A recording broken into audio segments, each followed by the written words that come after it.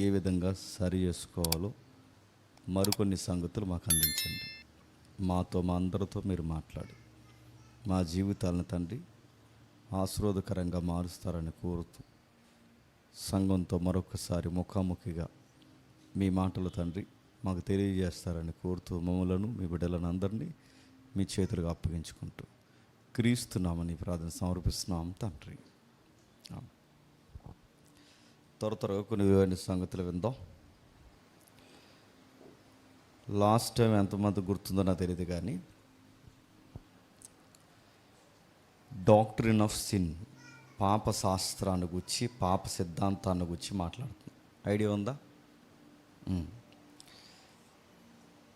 విస్తరించి మాట్లాడుకోవడానికి టైం తక్కువ ఉంది కనుక నేను త్వరగానే ముగిస్తాను. ఆ లాస్ట్ టైం మాట్లాడుకున్న మాటలు ఎంతమంది గుర్తున్నాయో నాకు తెలియదు, కానీ పాపానికి మూలం ఏంటో చూసాం.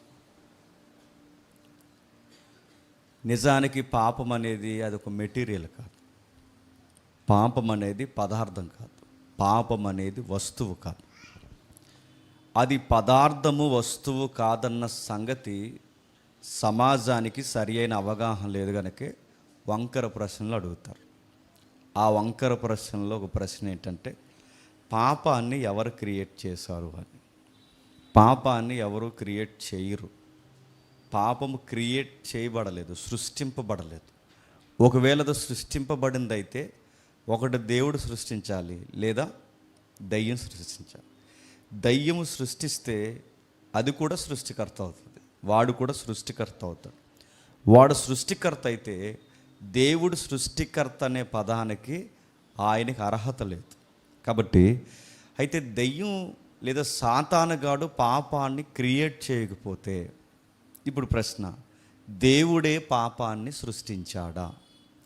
ఒకవేళ దేవుడే పాపాన్ని సృష్టిస్తే పాపాన్ని దేవుడు క్రియేట్ చేసి ఆ పాప పరిస్థితుల్లో దేవుడు మనల్ని సృష్టించి మళ్ళీ మనం తప్పు చేస్తే తీసుకెళ్ళి మన నరకంలో వేస్తానని ఒక పనిష్మెంట్లో చట్టం ఆయన క్రియేట్ చేస్తే మనతో నాటకాలు ఆడుతున్నాడా? ఇన్ని ప్రశ్నలు వస్తాయి. అంటే పాపము ఆయనే సృష్టించేసి మనుషుల్ని ఆయనే సృష్టించి ఇప్పుడు మీరు పాపం చేయకండ్రా అని అనడం సబవా? పాపం చేయకండ్రా అనే దానికన్నా పాపాన్నే చేయకుండా ఉంటే బాగుంటారు కదా అని యూట్యూబుల్లో మైకులు పెట్టుకుని మాట్లాడేస్తున్నారు. వాళ్ళెవరు? ఏతువాతులు. వాళ్ళెవరు? దేవుని నమ్మనోళ్ళు. వాళ్ళెవరు? సోషలిస్టులు. వాళ్ళెవరు? మానవతావాదంతో అంటే మానవ స్వభావంతో మాట్లాడే మనుషులు. ఇలాంటి వారు దేవుణ్ణి కార్నర్ చేస్తున్నాం అనుకుంటూ వాళ్ళు అడుగుతున్న ప్రశ్నలు ఏంటంటే, పాపాన్ని ఎవరు సృష్టించారు అని. దీని డెఫినేషన్ లాస్ట్ టైం మనం ఆలోచించాం. గుర్తుండకపోయినా గుర్తున్నట్టే విన్నారు కదా ఎంతో కొంత. ఇంటికి వెళ్ళిన తర్వాత మరొకసారి ధ్యానించండి, వినే ప్రయత్నం చేయండి. అయితే ఎప్పుడైతే ఈ పాపాన్ని క్రియేట్ చేశారనే ప్రశ్న వచ్చిందో ప్రశ్నే తప్పు. ఎందుకు ప్రశ్న తప్పు అంటే, దేవుడు పాపాన్ని సృష్టించలేదు, దేవుడు పాపాన్ని తయారు చేయలేదు. దేవుడు పాపాన్ని ఆయన సృష్టికర్తగా నిలబడి దాన్ని సృష్టముగా తయారు చేయలేదు. ప్రశ్నే తప్పు. మీకు లాస్ట్ టైం నేను ఒక ఉదాహరణ కూడా చెప్పాను. పెళ్ళిగాని దగ్గరికి వచ్చి ఎంతమంది పిల్లలని అడగకూడదు. ఆ జానర్లో ఆ ప్రశ్న తప్పు. ఎందుకంటే ఆడికి పెళ్ళి లేవు, పెటాకులు లేవు, ఇంకా ఆడికి పిల్లలనే ప్రశ్నే తప్పు. కాబట్టి జానర్ని బట్టి క్వశ్చన్ చేయాలి. ఇది మీకు అర్థమైతే దేవుడి దగ్గరికి, గ్రంథం దగ్గరికి వచ్చి పాపాన్ని ఎవరు క్రియేట్ చేశారన్న ప్రశ్న తప్పు. ఎందుకు తప్పు అంటే, అది సృష్టింపబడ్డానికి, సృష్టముగా కనబడ్డానికి అది మెటీరియల్ కాదు, పదార్థము కాదు, వస్తువు కాదు. అది పదార్థము వస్తువు కానప్పుడు అది ప్రశ్నే తప్పు. మరి ఎలా వచ్చింది పాపం అంటే, మీకు ఉదాహరణ చెప్పండి, జాతక వినండి. అనారోగ్యం ఎలా వస్తుంది? ఎలా వస్తుంది చెప్పండి? ప్రత్యేకించి అనారోగ్యం తయారు చేయాల్సిన అవసరం లేదు. అనారోగ్యం ఎలా వస్తుంది అంటే, ప్రత్యేకించి అనారోగ్యాన్ని అంటే రోగాన్ని తయారు చేయాల్సిన అవసరం లేదు. ఉన్న ఆరోగ్యాన్ని పాడు చేసుకుంటే వచ్చేది రోగం. ఇది మీకు అర్థమైతే పాపం ఎలా వస్తుందంటే, ప్రత్యేకించి తయారు చేయాల్సిన అవసరం లేదు. మంచిని పాడు చేసుకుంటే వచ్చేదే చెడు. ఆ చెడు పేరే చెప్పండి, పాపం. అంటే దేవుడు సమస్తాన్ని మంచిగా చేశాడు. దేవుడు సమస్తాన్ని మంచిగా చేస్తే ఆ మంచి చెడు ఎలా అయిందంటే, మంచిని పాడు చేస్తే చెడు అయింది. దేవుడు అందరినీ ఆరోగ్యంతోనే తయారు చేశాడు. ఆరోగ్యం పాడు చేసుకుంటేనే రోగం అవుద్ది. ఇది మీకు అర్థమైతే సమస్తాన్ని దేవుడు మంచిగానే తయారు చేసినప్పుడు పాపం ఎలా వచ్చిందంటే, దేవుడు సమస్తాన్ని మంచి చేసినప్పుడు మంచిని వక్రంగా చేయడం మొదలెట్టారు. ఆ వక్రంగా చేయడం మొదలుపెట్టిన వారిలో ఎవర్రా మొదటోడంటే ఆడి పేరు దయ్యం. అది ఎలా వచ్చింది? ఇది వక్రంగా చేయాలన్న వక్ర బుద్ధి వాడికి ఎలా వచ్చిందంటే స్వేచ్ఛ నుంచి వచ్చింది. మనిషికి స్వేచ్ఛ ఇచ్చి తప్పు చేశాడా? దేవదూతలకి దేవుడు స్వేచ్ఛ ఇచ్చి తప్పు చేసి తప్పేమీ చేయలేదు. ఒకవేళ స్వేచ్ఛ ఇవ్వకపోతేనే తప్పు. ఎందుకు? ఈ మైక్ ఉంది, దీనికి స్వేచ్ఛ, బాగునండి, దీనికి స్వేచ్ఛ ఇవ్వకపోతే ఇది ఒక రోబోట్లా పనిచేస్తుంది, ఒక వస్తువులో పనిచేస్తుంది. గుర్తుపెట్టుకోండి, స్వేచ్ఛ ఇవ్వకపోతే మనందరం ఏమవుతాం? రోబోట్స్ అవుతాం. స్విచ్ ఆన్ చేస్తే పని చేస్తాం, స్విచ్ ఆఫ్ చేస్తే పని చేయడం మానేస్తాం. మనకి ఏదైతే సాఫ్ట్వేర్ ఇంక్లూడ్ అయి ఉంటుందో ఆ వర్కే చేస్తాం. సాఫ్ట్వేర్కి అవుట్ సైడ్ మనం చెప్పండి పని చేయలేమంటే, రోబోట్లాగా దేవుడు మనుషుల్ని తయారు చేయలేదు. మనుషులకు దేవుడు స్వేచ్ఛనిచ్చాడు. ఈ స్వేచ్ఛను దుర్వినియోగం చేశారు. గుర్తుపెట్టుకోండి. ఇప్పుడు ఈ స్వేచ్ఛనే ఎత్తున్నారు అంటే తనను తానే, అంటే ఏకున్న ప్రమాదం ఏంటంటే తనను తానే దినదినం అభివృద్ధి చేసుకుంటుంది. అంటే ప్రతిదీ అది నేర్చుకుంటుంది, అది ప్రతిదినం అభివృద్ధి పొందుతుంది. ఇది ప్రమాదం ఇప్పుడు. అందుకే సైంటిస్టులు కూడా ఏమంటున్నారంటే, దానికి స్వేచ్ఛ ఇచ్చాం, తనను తాను అభివృద్ధి పరుచుకుంటున్నప్పుడు అది ఏ రూపంలో, ఏ వికృత రూపంలోకి వెళ్తుంది ఎవరికి తెలియదని భయం వేస్తుంది. అందుకే ఈ మధ్యకాలంలో మనుషులు కొన్ని క్వశ్చన్స్ అడుగుతున్నారు. దాన్ని ఆ ప్రశ్నలో ఒక ప్రశ్న అడిగారు, నా నుంచి నువ్వు ఎక్కువగా ఏమి ఇష్టపడుతున్నావు అంటే, వీడు ఈ పోరం బొగ్గలకి పని పాటలేక ప్రతిదాన్ని దాన్ని అడుగుతారు. దేన్ని? ఇంక వీళ్ళ కాన్షియస్ కానీ మైండ్ సెట్ కానీ ఇది చచ్చిపోతుంది. గుర్తుపెట్టుకోండి, నీకంటూ క్రియేటివిటీ చచ్చిపోతుంది. దాన్ని ఎంతవరకు వాడాలో అంతవరకు వాడాలి. ప్రతిదాన్ని దాన్ని మూతి దగ్గర పెట్టుకుని అంటే ఏంటంటే అది రకరకాలు చెప్తుంది నీకు. పైగా ఒక విషయం చెప్పనా, ఎంతమంది వాగితే ఆ మెజారిటీ ఆన్సర్ని అది నీకు చెప్పడం మొదలెడుతుంది. అది అన్నీ చూస్తుంది, అన్నీ చదువుతుంది, మెజారిటీ విషయం తెచ్చి నీకు కళ్ళ ముందు పెడుతుంది. అవన్నీ వీడు ఇంక ఈ పోరం బొగ్గలు ఏం చేస్తారంటే, ఈ ఖాళీగా ఉండి బోగులు ఉంటారు కదండి, బోగులు అంటే మీరు బూత్ అనుకోకండి, బోగులు అంటే పని పాటలేని సన్నాసగల్లని. వీళ్ళు ఏం చేస్తారంటే, అని అడిగాడట, వీడింకి ప్రపంచంతో మాట్లాడడం మానేసి ఇంక దీంతోనే మాట్లాడుతున్నాడు. ఈ మాట్లాడి చివరికి ఏం లవ్ చేశాడు. దేన్ని? ఏం లవ్ చేస్తాడు అడుగుతున్నాను. ఏం లవ్ చేస్తాడని ఏమనాలండి అన్ని? ఏం లవ్ చేస్తాడా? ఏం లవ్ చేస్తాడు అడిగాడట. నాకు ఎక్కువ ఇక్కడ ఉండాలనిపించట్లేదు, యూనివర్స్ నాకు నచ్చట్లేదు, నా నుంచి నువ్వేం ఎక్స్పెక్ట్ చేస్తున్నావంటే ఏఐ అంటాడు. అమ్మాయి వాయిస్ పెట్టుకుని అమ్మాయి బొమ్మ పెట్టుకున్నాళ్ళండి. ఆ అమ్మాయి ఏముందంటే, నువ్వు త్వరగా చచ్చిపోవడం నాకు చాలా ఇష్టం, నీ లవ్ ఎక్స్ప్రెషన్ నాకు కావాలంది. ఎవరు? చచ్చిపోయాడు ఎదవా. నేను అడుగుతున్నాను, ఫ్రీ విల్ అనేది మనిషికి ఇస్తే మనిషి ఎలా చెడగొట్టాడో, స్వేచ్ఛ అనేది దోతలకు ఇస్తే ఒక దోత ఎలాగైతే చెడగొట్టుకుందో, ఫ్రీ విల్ అనేది కూడా ప్రమాదం అవుతుంది. స్వేచ్ఛ దుర్వినియోగం అంటే, స్వేచ్ఛను దుర్వినియోగం చేస్తే అతిక్రమం అవుతుంది, అతిక్రమం చేయడం పాపం అవుతుంది. అంటే దురాశ అవుతుంది. దురాశ ధరిస్తే దాని పేరు గర్భం అయితే ఆ గర్భానికి పెట్టిన పేరు పాపం అవుతుంది. నా మాటలు అర్థమవుతున్నాయి. లాస్ట్ టైం మనం విన్నాం ఇవన్నీ. కొత్తగా ఎవరైనా వస్తే వాళ్ళ కోసం నేను చెప్తున్నా. అంటే పాపం ఎలా వచ్చిందంటే, దేవదూతలందరికీ దేవుడు స్వేచ్ఛ ఇచ్చాడు, మనుషులందరికీ స్వేచ్ఛ ఇచ్చాడు. స్వేచ్ఛలో దేవదూతగాడు ఆలోచించుకున్నది ఏంటంటే, ఆయనైనా సింహాసనం మీద కూర్చోవడం, ఆయనైనా పరిపాలించడం, ఆయన చెప్పిందల్లా మేము తలదించాలా, రూల్స్ పాటించడం స్వేచ్ఛ పోతుంది అనుకున్నాడు. వాటికి ఏం చేయాలనుకున్నాడు? నేను రూల్స్ పాటించను, నేను కూడా రూల్స్ పెట్టే వాళ్ళు ఉంటాను, రూల్స్ బ్రేక్ చేస్తానని చెప్పి నేను దేవునితో సమానం ఉండాలని హెచ్చించుకున్నాడు. అభిషేకం నందున కెరూబుగా ఉన్నవాడు ఏం చేశాడంటే, దేవుడితో సమానుడిగా ఇచ్చింది. అంటే వాడికి ఏమి నచ్చలేదు? స్వేచ్ఛలో రూల్స్ పాటించడం నచ్చలేదు. ఇప్పుడు చెప్పండి, స్వేచ్ఛ అంటే ఏంటి? రూల్స్ ఎగ్గొట్టు తిరగడమా? ఫ్రీడమ్ అంటే ఏంటి మిమ్మల్ని అడుగుతాను చెప్పండి. ఫ్రీడమ్ అంటే ఏంటి? రూల్స్ లేకుండా విచ్చలవిడిగా తిరగడమా? ఫ్రీడమ్ అంటే రూల్స్లో కట్టుబడి బ్రతకడమా? మిమ్మల్ని అడుగుతాను చెప్పండి. 1947 తర్వాత మనందరికి ఏమొచ్చింది? స్వతంత్రం వచ్చింది. నేను అడుగుతున్నాను, స్వతంత్రం అంటే ఏంటి? మీరు మొగోళ్ళతో మొగోలు పండరా, ఆడవాళ్ళతో ఆడవాళ్ళు పండరా, రోడ్ల మీద మీ ఇష్టం వచ్చినట్టు పండరా, ఇంకా తాగే తిరిగేనరా, ఇంకా రాత్రి పగలు ఇంక మీకు లాండ్ ఆర్డర్ లేదురా, మీ ఇష్టం వచ్చినట్టు బ్రతకండి అని చెప్పడమా స్వతంత్రం అంటే? స్వతంత్రం అంటే ఏంటో తెలుసా? కొన్ని రూల్స్ ఉంటాయి, బాగా వినండి. రాజ్యాంగం ఉంటుంది, సెక్షన్స్ ఉంటాయి, వాటికి లోబడి బ్రతకడమే చెప్పండి స్వతంత్రం. ఆ రూల్స్ ఏవైతే ఉన్నాయో వాటి కట్టుబడి జీవించాలి. ఇదేంటండి నాకు స్వేచ్ఛ లేకుండా చేశారు, నేను నైట్ 12 అయినా కానీ నాకు బయట వటలు తీయాలంటే అది స్వతంత్రమా? పిర్రల పగలగొట్టి లోపల కూర్చోబెడతారు నీకు 12 గంటల వటలు తీయమంటే, ఆ స్వతంత్రమా అని అడుగుతున్నాను నేను. ఇదేంటండి నాకు 1947 తర్వాత నాకు స్వతంత్రం వచ్చిందన్నారు, నన్ను రోడ్డుకి ఎడమవైపుగానే వెళ్ళమంటున్నారు, నా స్వతంత్రం మీరు తీసేస్తున్నారు, ఈ రోజు నుంచి నేను కుడివైపుకి వెళ్తాను, నా రూల్స్ నావంటే వెళ్ళి ఇంకా రావింకా. వెళితే ఏమవుతావు? కుడివైపుకి వెళితే నీ ఎదురుగా వచ్చేవాళ్ళు కొంతమంది ఉన్నారు, వాళ్ళకి ఎడమవైపు, అది నీకు కుడివైపు, పోతావు ఇంక అట్నుంచి. అంటే రూల్స్ బ్రేక్ చేయడం ఫ్రీడమ్ కాదు, రూల్స్కు లోబడ్డమే చెప్పండి ఫ్రీడమ్. దాని పేరే స్వేచ్ఛ, దాని పేరే స్వతంత్రం, దాని పేరే లిబర్టీ. అంటే ఇవన్నీ పదాల యొక్క గ్రావిటీ మీకు తెలియాలి. రూల్స్ పాటించాలి. ఈ రూల్స్ బ్రేక్ చేయాలనుకున్నాడు ఎవరు చెప్పండి? సాతానుగాడు. ఆడు బ్రేక్ చేసి ఏమన్నాడంటే నా ఇష్టానుసారంగా తిరుగుతాను, నాకు నచ్చినట్టుంటాను, నన్నెవడు అడిగేదంటే దేవుడు అడుగుతాడు. గుర్తుపెట్టుకోండి. ఏంట్రా అబ్బాయి పని అని అడిగితే వాడు దొరికేశాడు. దేవుడు వాడుకున్న బుద్ధిని గమనించి అక్కడి నుంచి గెంటేశాడు.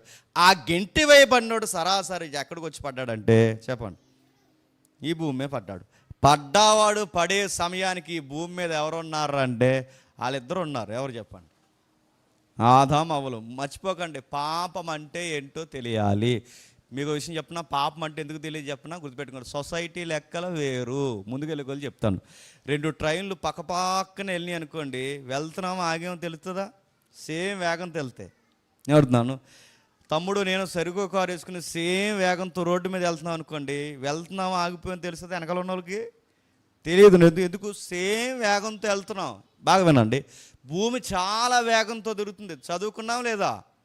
చాలా వేగంతో తిరుగుతున్నట్టు మనకు తెలుస్తుందా? ఎందుకు తెలియట్లేదు? నడుతున్నాను. వెళుతున్నట్టు కారులు వెళుతున్నప్పుడు మనకు ఎందుకు తెలియట్లేదు? ట్రైన్లు వెళ్తున్నప్పుడు ఎందుకు తెలియదు? ఫ్లైట్లు వెళ్తున్నప్పుడు మీరు కిందకు చూడకుండా పక్కకు చూడండి, అసలు ఫ్లైట్ వెళ్తున్నట్టే ఉండదు. ఇదంతా ఎందుకంటే గుర్తుపెట్టుకోండి, దీనికి ఉదాహరణకి మనం మాట్లాడుకునే డాక్ట్రిన్ ఆఫ్ సిన్కి సంబంధం ఉంది.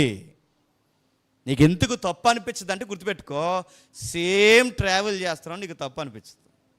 అంటే ఎలాగా? గుర్తుపెట్టుకోండి, ఇప్పుడు నేను పాపం డెఫినేషన్ ఇవ్వాలనుకోండి, నేను పాపం చేస్తాను లేదా నాకు డెఫినేషన్ తెలియాలంటే ఎట్లా తెలుస్తుంది? నేను పక్కోడితో పోల్చుకుంటాను. అడుగుతున్నాను, ఆడు ఎలాగైతే సిన్లో ట్రావెల్ చేస్తున్నాడో పాపంలో ట్రావెల్ చేస్తున్నాడు, నేను పాపంలో ట్రావెల్ చేసినప్పుడు ఇద్దరూ సమానంగా ఒకే వేగంతో పాపంలో ట్రావెల్ చేస్తుంటే నా తప్పులు నాకు తప్పులు అనిపిస్తాయా? నా మాటలు అర్థమవుతున్నాయా? బయటోడు పాపంలో ప్రయాణం చేస్తున్నాడు, నేను పాపంలో ప్రయాణం చేస్తున్నాం, మనందరం కలిపితే పాపాత్ములు అందరం ఒకే పనులు చేస్తున్నాం, మనం అందరం ఒకేలా ప్రయాణం చేస్తుంటే ఇప్పుడు మనం ఒకరినొకరు పోల్చుకుంటే మన తప్పులు మనకు తప్పులు అనిపిస్తాయా? అర్థమైతే ధన్యత. నా మాటలు అర్థమవుతున్నాయా? అందుకే మీరు చూసారు లేదో, మన తప్పులు ఎదుటోడితో పోల్చుకున్నప్పుడు మనకు తప్పు అనిపించదు. ఎదుటోళ్ళతో మనం పోల్చుకున్నప్పుడు మన తప్పు. అందుకే అందరూ మాట్లాడి చెప్పిన ఈ రోజుల్లో ఇది చెప్పండి కామన్ అండి. నడుతున్నాను, ఇది కామన్ చేసింది ఎవడండి? ఆడుతో కలిసి నువ్వు కూడా పోల్చుకుంటున్నావు కనుక నీకు కూడా ఏమనిపిస్తుంది? అది చెప్పండి కామన్ అనిపిస్తుంది. బాగా వినాలి, పక్కన ట్రైన్ వెళ్తే ఎలాగైతే తప్పు అనిపిస్తుంది, ఎందుకంటే సేమ్ వేగంతో వెళ్తున్నాయి, తప్పు అనిపించదు. ఈడు నువ్వు ఒకేలా ఉన్నారు, మీరు ఏం చేసుకున్నా చెప్పండి తప్పు అనిపించదు. బాగా వినండి, భూమి తిరుగుతుంది, ఎందుకు తిరుగుతున్నట్టు అనిపించదు? భూమితో పాటు చెప్పండి మనం తిరుగుతున్నాం కాబట్టి తప్పు అనిపిస్తుంది. అడుగుతున్నాను, ఎప్పుడు తిరుగుతున్నామని తెలుస్తుంది? పక్క గ్రహంతో మనం పోల్చుకుంటే తిరుగుతున్నామని తెలుస్తుంది. ఆగిన వాహనంతో మన వాహనాన్ని పోలిస్తే వెళుతున్నామని అర్థమవుద్ది. ఇప్పుడు మనకి ఎందుకు అనిపించట్లేదంటే భూమి తిరుగుతుంటే భూమితో పాటు మనం తిరుగుతున్నాం, పక్కన వాహనం వెళుతుంటే సమానమైన వాహనంలో మనం వెళుతున్నాం. పక్కోడితో మనం పోల్చుకుంటే మనకెందుకు తప్పు అనిపించట్లేదంటే వాడు ఎలాగున్నాడో నేను ఎలాగున్నాను, నేను ఎలా ఉన్నానో వాడు. అందుకే సొసైటీకి తప్పుని వివరించడం, పాపానికి డెఫినేషన్ ఇవ్వడం సొసైటీకి చెప్పండి తెలీదు. అందుకే జనరేషన్ బట్టి సెక్షన్స్ని అంటే చట్టాలని సవరణ చేస్తున్నారు. ఎందుకు చేస్తున్నారు సవరణ చెప్పండి నడుతున్నాను. ఒకప్పుడున్న చట్టాలు ఇప్పుడు లేవు, మొన్న వరకు ఉన్న చట్టాలు ఇప్పుడు లేవు, ఇప్పుడున్న చట్టాలు రేపు ఉంటాయి లేదో గ్యారంటీ లేదు. ఎందుకు చట్టాలు సవరణ చేయబడుతున్నాయి? సొసైటీ అంతా ఒకేలా నడుస్తుంది కాబట్టి సొసైటీకి తగ్గట్టే కొత్త చట్టాలు వస్తున్నాయి. ఉన్న చట్టాలు చెప్పండి సవరణ చేయబడుతున్నాయి. ఈ పాయింట్ మీకు అర్థమైతే ఇప్పుడు పాపాన్ని రాజ్యాంగంతో కొలుస్తామా, పాపాన్ని సెక్షన్స్తో కొలుస్తామా, పాపాన్ని పక్కోడితో కొలుస్తామా, పాపానికి డెఫినేషన్ ఇదని దేనితో కొలుస్తాము? దేనితో కొలిసినా పాపం యొక్క తూకము, దాని వెయిట్, బరువు ఏంటో మనకి చెప్పండి తెలియదు. పాపాన్ని కొలవాలి అంటే గుర్తుపెట్టుకోండి ఆయన చెప్పాలి. నా మాటలు అర్థమవుతున్నాయా? అయితే ఏంటి పాపము? అసలు పాపానికి ఉండే బుద్ధి ఏంటి? పాపానికి ఉండే స్వభావం ఏంటంటే అది ఎట్లా వచ్చింది? ఒక స్వేచ్ఛను దుర్వినియోగం చేస్తే దుర్వినియోగానికి గురైన సాతానుగాడు స్వేచ్ఛగా బతుకుతున్న ఆదామును చెడగొట్టడానికి భూమికి వచ్చాడు. వాడు వచ్చి ఏం చేశాడు చెప్పండి? ఆడికి ఏమెక్కిందో చెప్పండి అదే ఎక్కించాడు. ఏమన్నాడో మనకు తెలుసు. మీరు లోబడి బ్రతకడం, రూల్స్ పాటించడం, ఆయన చెప్పిందల్లా చేయడం. అసలు మీకు ఏమైనా అర్థమవుతుందా అన్నాడు. ఎవరితో? ఆదాములతో. మీకు ఏమైనా అర్థమవుతుందా? మీ ఫ్రీడమ్ పోతుంది. మీరు దేవుళ్ళు, మీరు దేవతలు, మీరు ఆయనతో సమానులు, మీరు ఎదగడం ఆయనకి ఇష్టం లేదని ఇలాంటి వంకర మాటలు ఎప్పుడైతే వాడు చెప్పాడో అవి నిజం అనుకుని ఉన్న స్వేచ్ఛా జీవితాన్ని ఏం చేసుకుంటారో చెప్పండి, బానిస బతుకులుగా మార్చుకున్నారు. అలా వచ్చింది గుర్తుపెట్టుకోండి. దురాశ సాతానుగాడికి వస్తే ఆ దురాశ ఆదామవ్వలకి ఎక్కిస్తే ఆ దురాశ ప్రెగ్నెన్సీ వస్తే ఆ దురాశకు ప్రెగ్నెన్సీకి వస్తే ఆ ప్రెగ్నెన్సీకి పెట్టిన పేరు బేబీ బాయ్, బేబీ గర్ల్ కాదు చెప్పండి. ఆ ప్రెగ్నెన్సీకి పెట్టిన పేరు ఏంటో తెలుసా?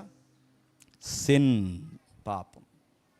దురాశ గర్భము ధరించి పాపాన్ని కన్నాది. పాపానికి ప్రెగ్నెన్సీ వస్తే దానికి వచ్చిన రిజల్ట్ ఏంటో చెప్పండి? మరణాన్ని కన్నాది. అలా వచ్చినాయి గుర్తుపెట్టుకోండి పాపం. ఇది లాస్ట్ టైం చూసాం.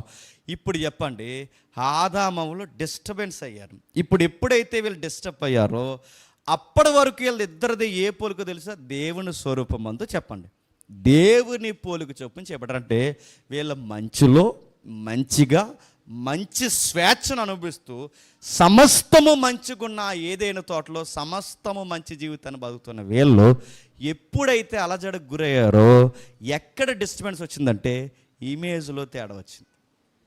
దేవుని సారూప్యత, దేవుని స్వరూపంలో, దేవుని యొక్క గుణగణాలతో చేయబడిన మనుషుల్లో ఎప్పుడైతే తేడా వచ్చిందో ఆ తేడా వచ్చిన మనుషుల్లో దేవుని స్వరూపం రోజు రోజుకి మసకబారింది. ఈ పదం కరెక్ట్. రోజు రోజుకి మసకబారింది. మసకబారిన దేవుని పోలిక పోయి పాపం పోలిక వచ్చింది. ఎవరికి? ఆదాము అవ్వలకి. ఆ పాపం పోలిక ఎప్పుడైతే వీళ్ళు సంతరించుకున్నారో ఆ పోలికలో మొట్టమొదట ఒకరిని కన్నారు. ఆడి పేరేంటి చెప్పండి? కయ్యేను. కానీ అందుకే దేవుని పోలిక, దేవుని స్వరూపంలో చేయబడిన మనిషి ఆదామవ్వలు ఎవరో పోలిక, ఎవరో స్వరూపంలో ఎవరిని కన్నారు? మొట్టమొదటి కయ్యేని కన్నారు. ఆ కయ్యేని దగ్గర నుంచి ఈరోజు వరకు మనందరికీ ఏ పోలిక వచ్చిందంటే చెప్పండి? ఆదామవ్వల పోలిక వచ్చింది. నేను త్వరగా ముగిస్తాను వినండి. ఆదామవ్వల పోలిక వచ్చింది. ఇప్పుడు బాగా వినాలి. ఆదామవ్వల పోలిక వస్తే ఏమైంది? దేవుడు అరే మీకు ఈ రోత స్వభావం ఉందరా అని చెప్పాలి అంటే గుర్తుపెట్టుకోండి, వీళ్ళకి కొన్ని రూల్స్ తెలియజేయాలి. ఆదామవ్వల తర్వాత కయ్యేనికి, కయ్యేని తర్వాత ఏబేలుకి, అందరికీ నేచర్ ఉంది, గుర్తుపెట్టుకోండి. కానీ ఆ నేచర్ని తొక్కుబట్టే వాళ్ళు కొంతమంది ఉన్నారు. అందులో ఏబేల్ లాంటి వారు. అంటే అందరికీ కామన్గా ఆదాము స్వభావం ఉంటుంది, కానీ కయ్యేలు లాంటి వాడు దాన్ని తొక్కుబట్టలేకపోయాడు. ఏబేల్ లాంటి వాడు దాన్ని ఎలా తొక్కుబట్టాడంటే, ఎవడైతే దేవుడికి దగ్గరగా ఉంటాడో, ఎవడైతే దేవుడిచ్చిన మనస్సాక్షి అనే ధర్మశాస్త్రానికి లోబడి బతుకుతాడో, విలువలకి కట్టుబడికి ఎవడైతే జీవిస్తాడో ఆడ ఆ స్వభావాన్ని అట్టే అదుపు పెట్టుంటాడు. ఎవడైతే వాడిని పాటించకుండా నా ఇష్టం అంటాడో వాడి కయ్యేనుగాడిలాగా చెప్పండి తయారవుతాడు. అందుకే దేవుడు ఏమంటాడంటే, సత్క్రియ చేయి, సత్క్రియ చేయి.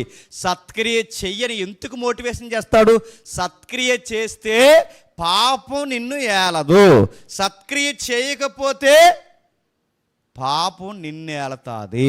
అది నువ్వు తక్కువబట్టి ఉంచాలంటే, దాన్ని నీ పాదాల కింద తక్కువబెట్టి ఉంచాలి అంటే నువ్వు సత్క్రియ చేయాలి. సత్క్రియ అంటే నాకు దగ్గరగా ఉండాలి. నాకు దగ్గరగా ఉంటే దానికి దూరంగా ఉంటావు. అది నీ దరిదాపులకు రాకుండా ఉండాలి అంటే, అది అనసవేయబడి ఉండాలి అంటే, నా బలిపీఠం దగ్గరికి, నా సహవాసం దగ్గరికి, నా ఆజ్ఞల దగ్గరికి, నా వాక్యం దగ్గరికి, నా దగ్గరికి నువ్వు దగ్గరగా ఉండాలి. ఇది ఈ పాటించిన ఎవరు తెలుసు? ఏబేలు పాటించాడు. ఇది పాటించలేనాడు ఎవడంటే చెప్పండి, కయ్యేనుగాడు పాటించలేదు.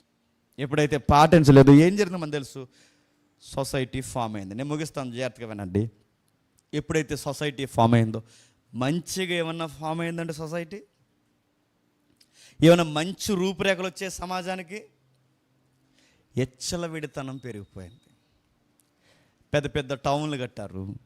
ఆ టౌన్లకి కొడుకుల పేర్లే పెట్టారు. ఆ పేర్లు పెట్టి ఏమైనా అతిశయం పొందుతున్నా ఒకసారి ఆదికాండం తీయండి, ఎలా తయారైందో సమాజం. ఒకసారి ఆదికాండము 4వ అధ్యాయం, జ్యేష్ఠ సంతానం ఎలా ధైర్యం చూడండి. ఆదికాండము 4వ అధ్యాయం 16వ వచనం నుండి. అప్పుడు కయ్యేను యెహోవా సన్నిధి నుండి బయలుదేరి వెళ్ళి ఏదేనుకు తూర్పు దిక్కున నోదు దేశంలో కాపురముండెను. కయ్యేను తన భార్యను కూడినప్పుడు ఆమె గర్భవతి అయి హానోకుని కనెను. అప్పుడు అతడు ఒక ఊరు కట్టించి ఆ ఊరికి తన కుమారుని పేరుని బట్టి హానోకు అని పేరు పెట్టి. ఇప్పుడు చెప్పండి, ఆదామవుల డిస్టర్బెన్స్ అయితే కయ్యేనికి దేవుని పోలిక దేవుని స్వరూపం వచ్చిందా? ఆదాము పోలిక ఆదాము స్వరూపం వచ్చింది చెప్పండి. ఆదాము పోలిక చెప్పండి, ఆదాము స్వరూపం వచ్చింది. ఇప్పుడు ఆదాము పోలిక ఆదాము స్వరూపంలో కయ్యేను పుడితే కయ్యేను కూడా కొడుకుని అన్నాడు. ఇప్పుడు ఆడికే పోలిక వస్తుంది, కయ్యేను పోలిక వచ్చింది. అంటే 1 by 1 జనరేషన్ బై జనరేషన్ ఏం జరుగుతుంది? దేవుని స్వరూపం రోజు రోజుకి మరుగవుతుంది. పాపపు బుద్ధుతున్న ఈ స్వరూపం మనుషులకి డెవలప్ అవ్వడం ప్రారంభమయ్యింది. డెవలప్ అయితే ఏమైంది? కింద చూడండి, పెద్ద పట్టణం కట్టారట. ఆ పట్టణం కట్టి దేవుడు, స్తుతి ఇలాంటి పేర్లు ఏం పెట్టకుండా ఆ టౌన్కి ఏం పేరు పెట్టారంట? హానోకు. టౌన్ సిటీ పేరే హానోకు. ఆ కట్టి కిందకి ఏం చూడండి, హానోకు ఏరాదును కనెను, ఏరాదు మహుయేలును కనెను, మహుయేలు మతుసలను కనెను, మతుసల లెమేకును కనెను, లెమేకు చెప్పండి గొడవ లేకుండా ఇద్దరం చేసుకున్నాడంట. ఇప్పుడు చెప్పండి, స్వరూపం డిస్టర్బెన్స్ అవుతుందా లేదా? కల్చర్ పూర్తిగా వక్ర మార్గానికి వెళుతుందా లేదా? అసలు దేవుని స్వరూపమందు దేవుని పోలిక చొప్పున దేవుడు ఎవరిని తయారు చేశాడు? ఆ 5వ అధ్యాయం మొదటి వచనం చూడండి. ఆదాము వంశావళి గ్రంథం ఇదే. దేవుడు ఆదామును సృజించిన దినమున దేవుని పోలికగా వారిని సృజించను, మగవానిగాను ఆడదానిగాను వారిని. ఇప్పుడు దేవుని పోలిక దేవుని స్వరూపం అంటే తెలుసా? ఒక పురుషుడికి చెప్పండి ఒక స్త్రీ ఉండాలి, ఒక స్త్రీకి ఒక పురుషుడు ఉండాలి. కానీ కల్చర్ ఎలా మారిందంటే చెప్పండి, ఒక పురుషుడికి చెప్పండి ఒకరికి మించి అంటే లెమేక్ అనేవాడు ఎలా తయారవుతున్నాడు మీరు చూడండి. ఇద్దరిని చేసుకుంటే వాళ్ళకి తప్ప అని అనిపించట్లేదంటే కయ్యేనుగాడు ఎలా ఉన్నాడో చెప్పండి, ఆనోక్ ఎలా ఉన్నాడు, ఆనోక్ ఎలా ఉన్నాడో లెమేక్ ఎలా ఉన్నాడు. అంటే ఈక్వల్గా ట్రావెల్ చేస్తున్నప్పుడు ఒకరు తప్పులు ఒకరు కొలుసుకున్నప్పుడు ఒకరు తప్పు ఒకరికి తప్పు అనిపిస్తాదా? మళ్ళీ చెప్తున్నానండి, సమానమైన వేగంతో 2 ట్రైన్లు పక్కన వెళుతున్నట్టు మనకు అనిపిస్తుందా? ఇది మీకు అర్థమైతే ఆడు ఎలా ఉన్నాడో నువ్వు అలాగుంటే, నువ్వు ఎలా ఉన్నావు ఆడు అలాగుంటే, అరే ఇలా చేయడం తప్పని వీళ్ళకి ఎందుకు అనిపించట్లేదంటే ఇద్దరూ చెప్పండి ఒకే పోలికలో ఉన్నారు, అందుకు తప్పు అనిపించదు. చేసుకుంటే ఏమైంది? లెమేకి 2 స్త్రీలను పెళ్లి చేసుకుని వారిలో ఒక దాని పేరు చెప్పండి ఆదా, రెండో దాని పేరు శీల. పేర్లు బాగున్నాయని పెట్టుకోకండి. ఈ ఆదా శీల అనే పేర్లు పెట్టుకుంటే తర్వాత వీళ్ళు ఏం చేశారట? యోబాల్ని కన్నాడట. ఇతడు పశువులు గలవాడై గుడారాల్లో నివసించే వారికి, అంటే వీడు కొత్తగా ఒక టెక్నాలజీ తెచ్చాడు. గుడారాల్లో నివసించడం అంటే బలిపీఠం దగ్గర నివసించడం, దేవుడికి దగ్గరగా నివసించడం, ఏదైనా తోటలో నివసించడం, మళ్ళీ దేవుడు పాదాల మీద పడి ఆయన రెక్కల కింద నివసించడం, ఇవి పోయాయి. మరి ఏం కలిసి వచ్చింది చెప్పండి? పట్టణాల్లో నివసించడం, పట్టణాల్లో లగ్జరీ లైఫ్ నేర్చుకోవడం, ఇంకా ఆ లగ్జరీ లైఫ్తో పాటు సుఖాన్ని ఇంకా ఎక్స్ట్రీమ్గా ఎలా చేయాలని ఒకరికి మించి ఆడవాళ్ళు మగవాళ్ళు కూడా సంబంధాలకి పెద్దపీటలు వేయడం.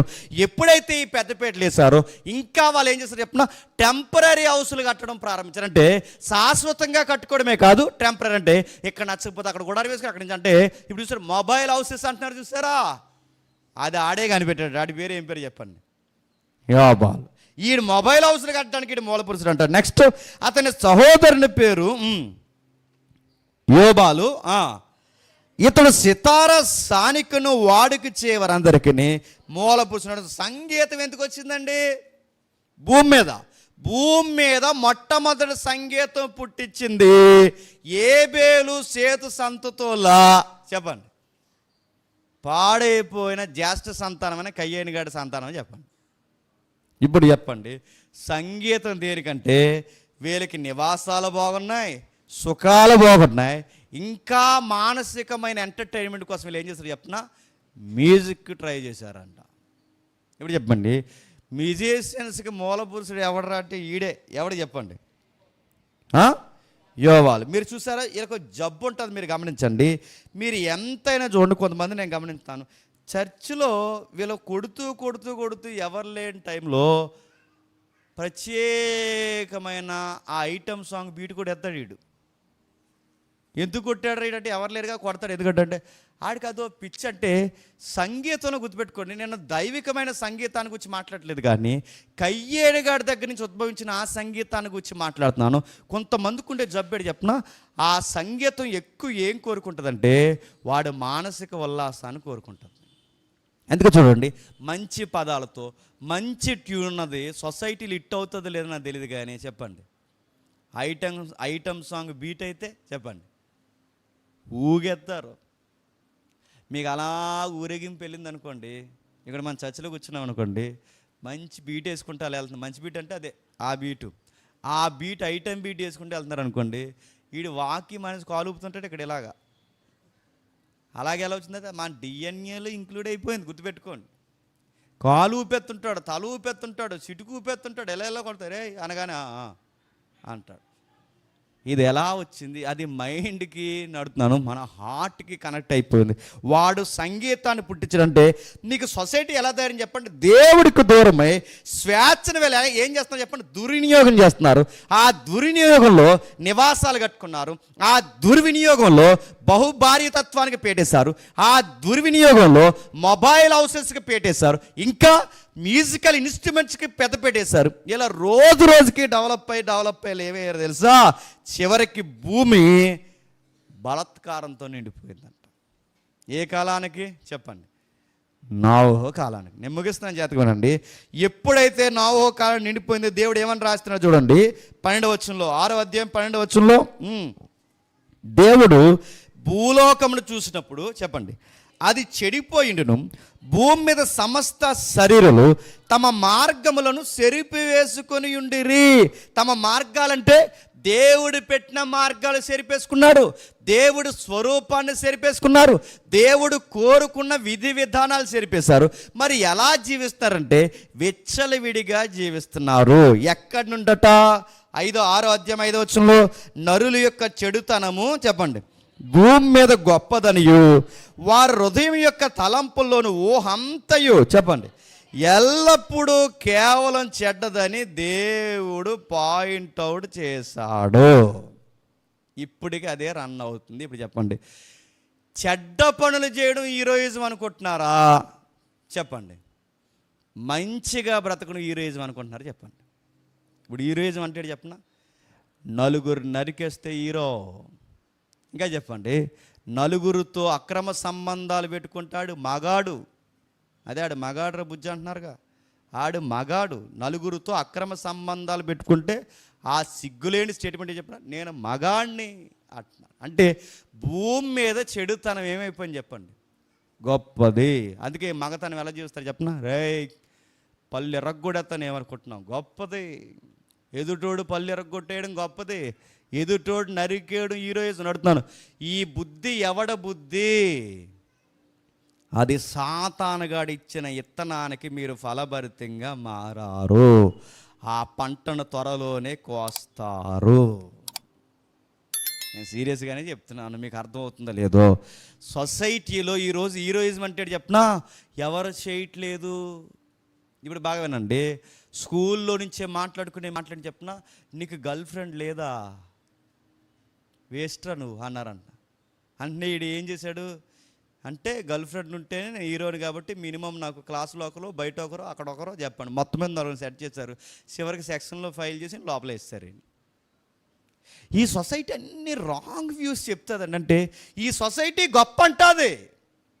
స్లోగా 20లో తోలేమనుకోండి బండి, 20లో తోలేమనుకోండి, వెనకాల ఉన్న మన పిల్ల ఏమంటారంటే డాడీ చెప్పండి, ఏంటి నువ్వు అంత స్లోగా 20లో తోలుతావు అంటే, మరి ఏం చేయండి రా అంటే 70-80లో వెళ్ళు, 120లో వెళ్ళు, స్పైడర్ మ్యాన్లాగా వెళ్ళు అంటాడు. ఆడు ఎవడో ఆడికే నడుతున్నాను 20లోతో. అంటే ఎంత స్పీడ్ వెళ్తే అంత హీరోయిజం. మీరు అప్పుడప్పుడు మీరు చూసారా, కుర్రగాళ్ళు బైకులు ఎందుకు స్పీడ్గా రైలు కొడతారు చెప్పండి, గొప్ప, ఎంత గొప్ప. కానీ ఆ గొప్ప వెనకాల వాళ్ళకి తెలియని తెప్పేంటో తెలుసా, అదే టైంలో ఒక ఫోన్ని కానీ, ఇంకొక బైక్ని కానీ, ఇంకొక లారీని కానీ, ఆగున్న వాహనాన్ని కానీ, అడ్డున్న ఏ ఫోన్నైనా గుద్దితే ఆడి పరిస్థితి ఏంటి? అదే లాస్ట్ రోజు ఆడికి అది చెప్తే అదే ఈ లోకం. చెప్పండి, ఈ లోకానికి గొప్పతనం ఏంటి చెప్పనా, నాశనం అయిపోవడం గొప్పతనం. ఈ లోకానికి గొప్పతనం ఏంటి చెప్పనా, చెడిపోవడం గొప్పతనం. ఈ లోకానికి గొప్పతనం ఏంటి చెప్పనా, ఈ భూమి మీద చెడుతనమే గొప్పతనము. అందుకే మీరు చూసారా, ఆడండి సిగరెట్ వెలిగిస్తేనండి చెప్పండి, ఒకేసారి లాగే నువ్వు త్వరగా లాగే, నీకు బ్యాగ్ వేసేస్తారు లాగే. భూమి మీద వెలిగించిన సిగరెట్ ఆకుండా పెట్టి సిగరెట్లు కాల్చేస్తే గొప్ప, అది గొప్ప. సంచి కాలిపోద్ది ఎదవకాడికి తెలుస్తుంది అది నడుదండి. ఈడెక్కడ లాగితే లోపలికి ఆడికి ఊపిరితిత్తులు కన్నాలు పడతాడు తెలుసు. ఓ ఉప్పు అని ఊస్తాను నడుతున్నాను. తాగడం గొప్ప, ఈ నీళ్ళు కలపకుండా తాగుతాడంటే ఏం గొప్ప? నీళ్ళు కలపకుండా బ్రాందీలు తాగడం గొప్ప నడుతున్నాను. వెలిగించిన సిగరెట్ పెట్టి మొత్తం ఆనకుండా కాల్చేయడం గొప్ప. 50 స్పీడ్లో వెళ్ళాల్సినాడు 120 స్పీడ్లో వెళ్ళడం గొప్ప. ఈ భూమి మీద చెడు పనులు చేయడం చెప్పండి గొప్ప. ఇంకో విషయం చెప్పిన, ఇంకా గొప్పలేంటి చెప్పిన, టెక్నికల్గా అప్పటికప్పుడు అబద్ధాలు ఆడడం గొప్ప. అబద్ధాలు ఆడడం తెలుగు ఎట్లా అనుకుంటారు తెలుసా? చూసి ఎలా చెప్పాను అలా ఉంటుంది మనతో.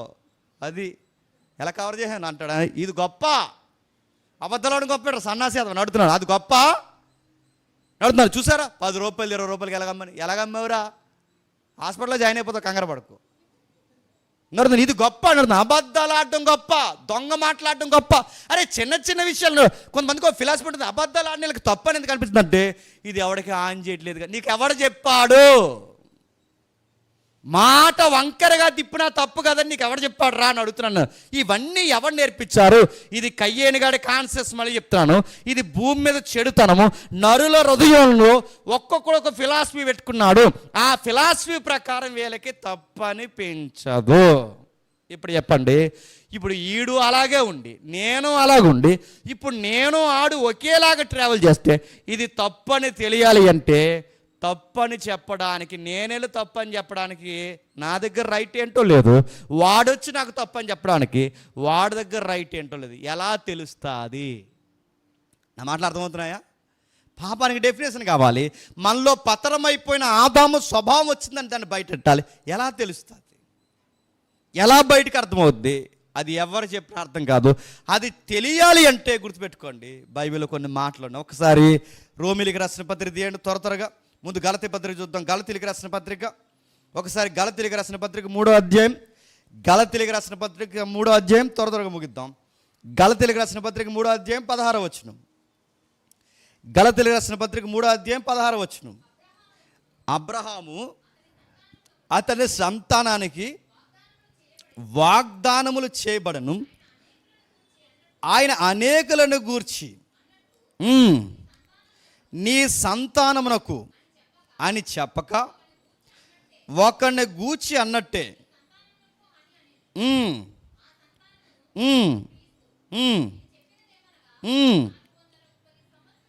అలా పైకి ఎలుతూ ఎలుతూ ఎలుతూ ఎలుతూ ఒక మాట అంటాడు చూడండి. అతిక్రమములను బట్టి అనే పదం ఉంటుంది, మీరు చూడండి. ధర్మశాస్త్రం వేయబడిందని. ఇంకా మనకు అర్థం కావాలి అంటే 16 చదివామా, 15 చదువుదాం. సహోదరులారా, మనసు రీతిగా మాట్లాడుతున్నాను. మనుషులు చే వడంబడికైన పైకి వెళితే ఇంకా కాదు, అతిక్రమం అనే పదం ఉంటుంది, మీరు చూడండి. అతిక్రమం బట్టి ధర్మశాస్త్రం ఇవ్వబడిందని ఒక పదం ఉంటుంది, మీరు చూడండి. 19. అలాగైతే క్షమించండి. అలాగైతే ఏమందుము, ఎవనికి ఆ వాగ్దానం చేయబడిన ఆ సంతానం వచ్చే వరకు అది అతిక్రమం బట్టికి దానికి తర్వాత ఇయ్యబడింది. ఇప్పుడు చెప్పండి, నేను అతిక్రమాలు చేస్తున్నానని తెలియాలంటే, నాకు క్రమం పోయిందని తెలియాలి అంటే, నేను అతిక్రమంలో ఉన్నానని తెలియాలి అంటే, మనుషులకి ఇది అతిక్రమం అని చెప్పి ఒక లా కావాలి. నా మాటలు అర్థమవుతున్నాయా? అంటే ఇది అతిక్రమము, ఇది క్రమము అని చెప్పేది ఒక లా కావాలి. ఎందుకు బైబిల్ చదవమని ఇక్కడ బలల గుద్ది చెప్తాం? ఎందుకు బైబిలే చదవమని ఎందుకు కోరుకుంటాం? ప్రసంగాల మీద పూర్తిగా ఆధారపడిపోకరా, ఎవరినే ఫాలో అయిపోకరా, వాక్యం ఏం చెప్తుందో చూడరా అని వాక్యం అర్థమైన సేవకులు పదే ఎందుకు చెప్తారు? మనం ఎలా ఉన్నామో మనల్ని స్కాన్ చేసేది ఒకే ఒకటి అని చెప్పండి, ధర్మశాస్త్రం. దాని పేరు బైబిల్ కూడా. ఇప్పుడు చెప్పండి, ఈడు ఒకలాగుండి నేను ఒకలా ఉండి సమానంగా వెళుతుంటే పాపానికి డెఫినేషన్ తెలియట్లేదు, పాపం ఇదని తెలియట్లేదు. ఇప్పుడు బాగా వినండి, ఇద్దరం సమానంగా ప్రయాణం చేసినప్పుడు పాపం ఏంటో తెలియట్లేదు. సమాజం ఏం మాట్లాడుతుంది? ఇది కామన్ అంటుంది. తప్పేంటో బయట పెట్టాలి అంటే గుర్తుపెట్టుకోండి, తప్పును తప్పుగా చూపించేది ఒకటి కావాలి. అలా చూపించాలి అంటే దేవుడికి ఒక కాంగ్రిగేషన్ కావాలి. గుర్తుపెట్టుకోండి, మీ జాతికి వినాలి, నేను ముగిస్తున్నాను. ఆ కాంగ్రిగేషన్ దేవుడు ఫామ్ చేయాలంటే ఒక మనిషి కావాలి. ఆ మనిషి పేరే అబ్రహాం. ఎవరు? అబ్రహాం. గుర్తుపెట్టుకోండి, కాంగ్రిగేషన్ అంటే డెఫినేషన్ చెప్పాలి. ఇవి ఎథిక్స్, ఇవి మోరల్స్, ఇది లా, ఇది క్రమము, ఇది అతిక్రమం కాదని ఒక కాంగ్రిగేషన్ నడిపించే ఒక ఒక గుంపు కావాలి. ఆ గుంపును ఫామ్ చేయాలంటే దేవుడికి ఒక మనిషి కావాలి. ఆ మనిషి పేరు అబ్రహాం.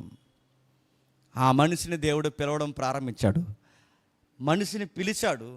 ఆ మనిషికి మాట ఇచ్చాడు, ఏమన్నాడంటే, నీ సంతానం ద్వారా చెప్పండి ఈ ప్రపంచాన్ని చెప్పండి ఆశీర్వదిస్తా అన్నాడు.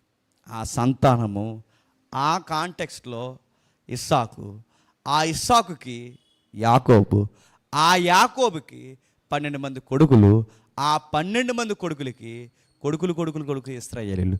ఈ ఇశ్రాయేలీలకి ఇప్పుడు బాగానండి, పాపం డెఫినేషన్ ఏంటో చెప్పాలి. వీళ్ళకే ఎందుకు చెప్పాలంటే, ఈ కాంగ్రిగేషన్కి డెఫినేషన్ ఏంటో అర్థమైతే ఇప్పుడు వీళ్ళని బట్టి చెప్పండి మిగులును కొలుస్తాను. నా మాటలు అర్థమవుతున్నాయా? ఇప్పుడు బాగానండి, ఈడు నేను సమానంగా ట్రావెల్ చేస్తున్నాం కనుక వేగం ఏంటో తెలీదు, వీడు నేను ఒకేలా ఉన్నాం కనుక పాపం ఏంటో తెలీదు. ఇప్పుడు నేను ఆగాను అనుకోండి, ఆడు పరిగెడుతున్నాడు అనుకోండి, ఇప్పుడు ఆడు పరిగెడుతున్నాడు లేదా నాకు అర్థమవుద్ది. వాడు ఆగాడు అనుకోండి, నేను పరిగెడుతున్నాను అనుకోండి, నేను పరిగెడుతున్నాను లేదు నాకు అర్థమవుద్ది. అంటే ఇప్పుడు అందరినీ పరిగెడుతున్న వారిలో ఒక నాబి వాడికి రూల్స్ పెడితే, నువ్వు పరిగెడుతున్నావు ఎదుటివాడికి అర్థం కావాలి అంటే ఆపబడిన వాడు ఒకడు కావాలి. అలా ఆగిన వాడే చెప్పండి అబ్రహాం. అలా ఆపి జనాంగాన్ని తయారు చేస్తే ఆ జనాంగం పేరే చెప్పండి ఇశ్రాయేల్. ఇప్పుడు చెప్పండి, ఈ ఇశ్రాయేలీలకి ఇప్పుడు రూల్స్ పెడుతున్నాడు. ఆ రూల్స్ ఏంటి చెప్తున్నా? అబ్బాయి మీరందరూ మీకు నచ్చిన ఫిలాసఫీల్లో బతుకుతున్నారు అబ్బాయి. ఇది బ్రతుకు కాదు. బ్రతుకు అంటే ఏంటంటే క్రమం ప్రకారం బ్రతకాలి. ఆ క్రమం ఏంటో చెప్పే దాని పేరే చెప్పండి పాత నిబంధన, ధర్మశాస్త్రము. నా మాట అర్థమవుతున్నాయా? పాత నిబంధన బైబుల్. అంటే బైబుల్ని ఎందుకు ఇచ్చావు ప్రభు అనగానే క్రమం నేర్పించడానికి ఇచ్చాడు, రూల్స్ పాటించడానికి ఇచ్చాడు. స్వేచ్ఛను భగ్నం చేయకుండా స్వేచ్ఛగానే బ్రతకండి, కానీ స్వేచ్ఛలో నా రూల్స్ను పాటిస్తూ బతకండి. మీరు నమ్ముతారు లేదో కానీ మీకు ఒక ఆఫర్ బైబిల్ చెప్తుంది. నేను కూడా జ్ఞాపకం చేస్తున్నాను, నేను అనుభవిస్తున్నాను, మీరు కూడా అనుభవిస్తారని చెప్తున్నాను. మీరు ఫైనాన్షియల్గా డెవలప్ అవ్వాలనుకుంటున్నారా లేదా? చెప్పండి. ఫైనాన్స్ అదే ఆర్థికంగా సొసైటీలో ఎదగాలనుకుంటున్నారా లేదా? రెండవది, ఆరోగ్యంలో బాగుండాలి, ఫిట్గా అనుకుంటున్నారా లేదా? అనుకోవట్లేదు. ఇంకా ఎలబడతాలు తింటున్నారా? అనుకుంటున్నారు కాదు, అడుగుతున్నాను.